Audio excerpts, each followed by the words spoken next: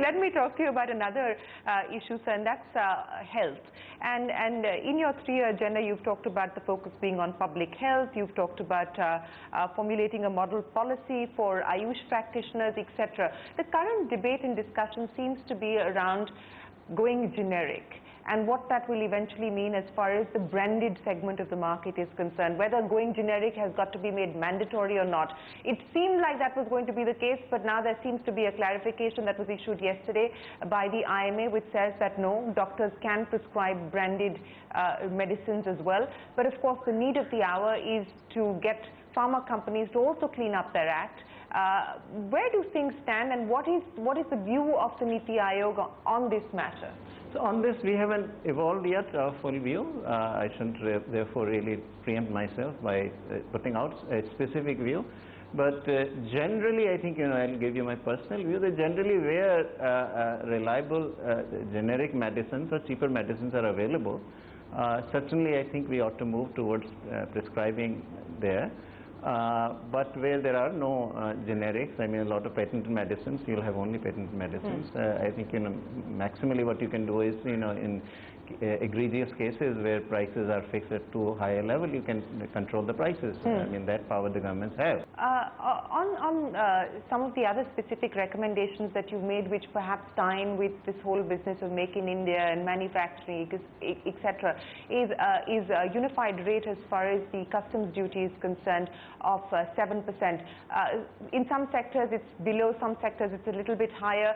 What's been the feedback? Do you believe that this is going to be something that could be taken forward maybe as early as the next budget? Well, I won't try to guess the timing of it, but generally I find that most people see this very favorably. But ultimately remember that the decision-making power with the finance ministry. Is the finance ministry, and specifically to the revenue department. But we have been careful to say that, look, fix it at 7%, so you are assured to actually have more revenue, not less. And some exceptions will probably be there, meaning, we clearly, in auto, we have a very high tariff rate and custom duty, very high custom duty. So that probably cannot come to 7% overnight for sure. But largely, in large part of our industrial, very, very large proportion of our industrial tariffs are 10% or less.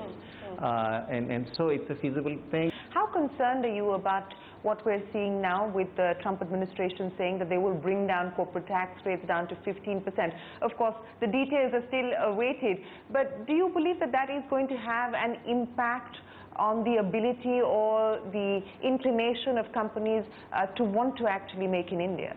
Issue really, in my mind, ultimately is, one, guard your interests, protect your interests in the global markets for sure, be very vigilant there. At the same time, don't freeze. Let's do the things that we need to do here to get manufacturing activity going.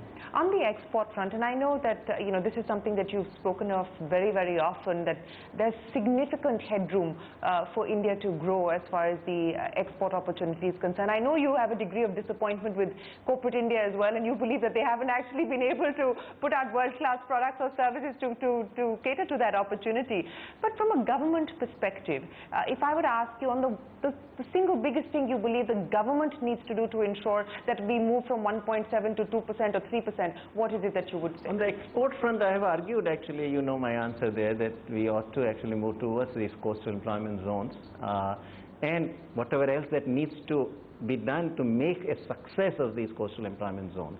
I think if we can do that, at least on the export front, we can very quickly actually achieve the goal of moving to about 2.5 to 3% share in the global economy, because you can very quickly bring in the large companies from all over the world who are already exporting, except that they are exporting by manufacturing somewhere else.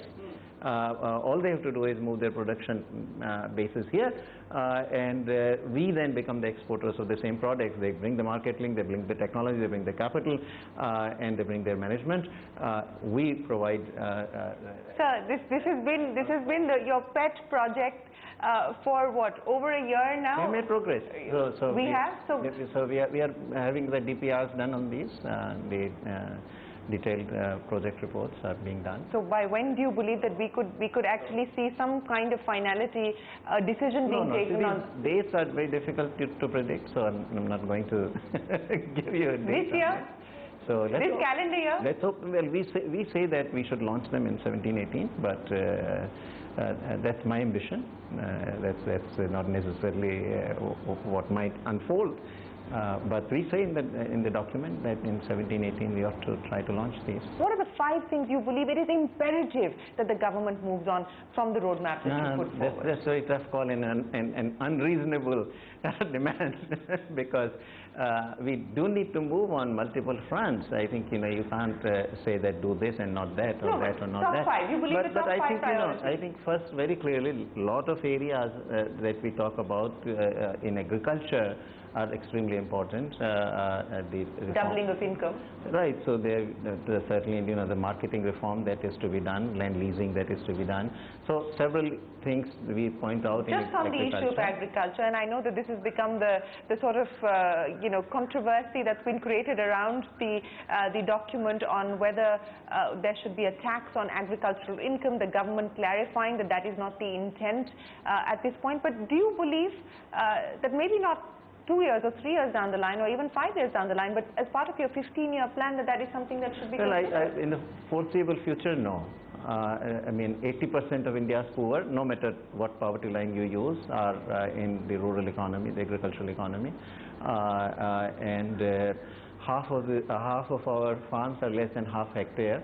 I think any talk of taxing agricultural income while you are on the other hand talking about doubling the farmer's income is nearly contradictory and certainly sends a very bad signal.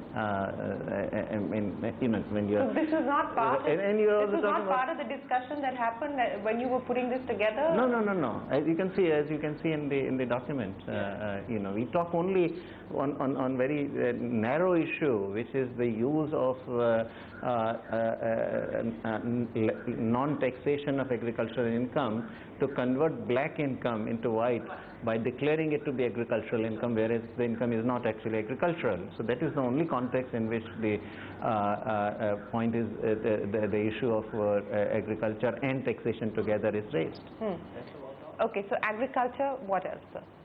Okay, so agriculture, certainly on jobs we need to move on. I'd certainly like to see, so there's we work with the states also, so I would also like to see the states to come on board on some of these reforms, land leasing, but also on the jobs front, labor market reforms perhaps need to spread a bit more. On urban, I would like us to move a bit. Again, states have to take lead. A lot of suggestions we have made on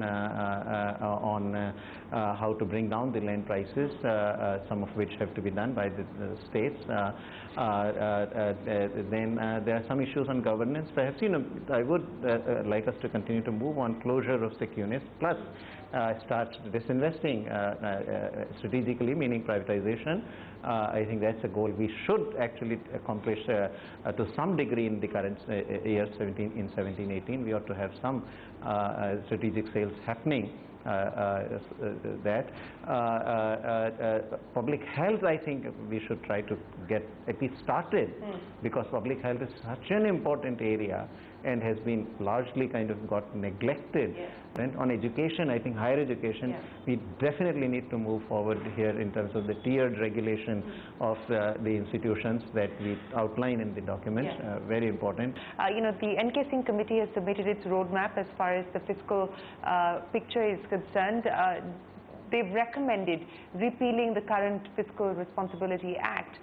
You believe that that's the way forward? There are some good features in what the NK Singh committee has recommended, and those I think we should adopt. But it, whether or not it requires legislative change, perhaps it does. It does. But in any case, that's going to be probably part of the finance bill sometimes. So it's not a very difficult thing to do. But I think consensus, evolution of concession will still be consensus on exactly what features to go with and what features not, because you know, the issues of they suggested continued decline in the fiscal deficit. That's something one has to think seriously about. So let me then end by asking you, sir, the input, the roadmap has been prepared, circulated. How do you now ensure the outcome?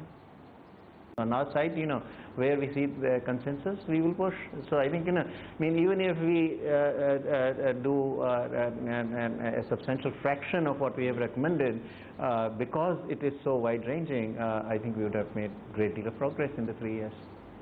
Mr. Panagariya, always a pleasure speaking with you, sir. Thank you very much for your time, and thank you very much for detailing for us what the 3-year roadmap holds. Thanks very much.